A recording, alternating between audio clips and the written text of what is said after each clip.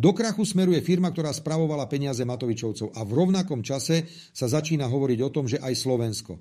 Pred 3 rokmi do úpadku sklzla Arca, firma, kde mali časť svojich peňazí uloženú aj Matovičovci. Matovič nemá rád finančné skupiny, ale peniaze si nechával spravovať JNT a spomínanou Arkou.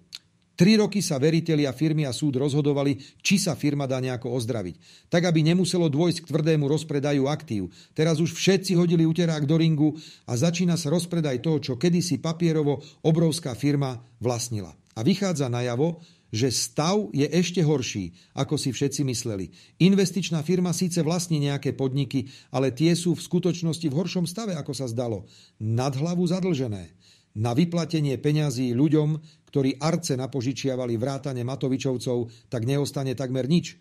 Oni si podľa dostupných informácií síce kontroverzne väčšiu časť peňazí vybrali, ale nie úplne všetky. Igor Matovič sa každopádne o budúcnosť báť nemusí. V jeho eseročke s názvom Olano, ktorú naplno ovláda, má uložených okolo 20 miliónov eur. Tie by mali ísť na osvetovú činnosť, prácu regionálnych štruktúr a prípravu odborných dokumentov. Nič z toho, ale Olano, ktoré ani nemá riadne sídlo, nerobí. Strana je len tučné sporiace prasiatko pre Igora. Zhodou okolností v tieto týždne sa medzi tým začína spomínať, že zle sú na tom aj slovenské verejné financie. Rozdalo sa toho veľa, napríklad na nezmyselné plošné testovania, a na druhej strane, čo je oveľa horšie, neinvestovalo sa tak, aby to zakladalo nádej na vysoký hospodársky rast, ktorý by aj verejným financiám do budúcna pomáhal. Dať eurofondy a investície Veronike Remišovej bol proste geniálny nápad.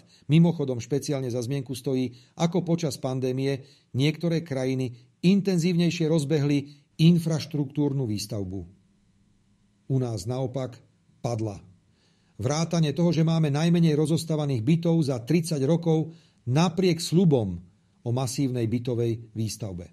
Aj preto sa peniaze budú vrážať do vysokých cien bývania a nie do niečoho produktívneho, pričom časť ľudí bude kvôli zlému pomeru príjmov a nákladov na život radšej žiť a pracovať mimo Slovenska. A doma budú ekonomike chýbať. O niekoľko rokov sa tak môže stať, že investori začnú Slovensku požičiavať za výrazne vyššie úroky, keďže ho budú považovať za rizikové. A začnú sa problémy. Ale kde už bude vtedy Igor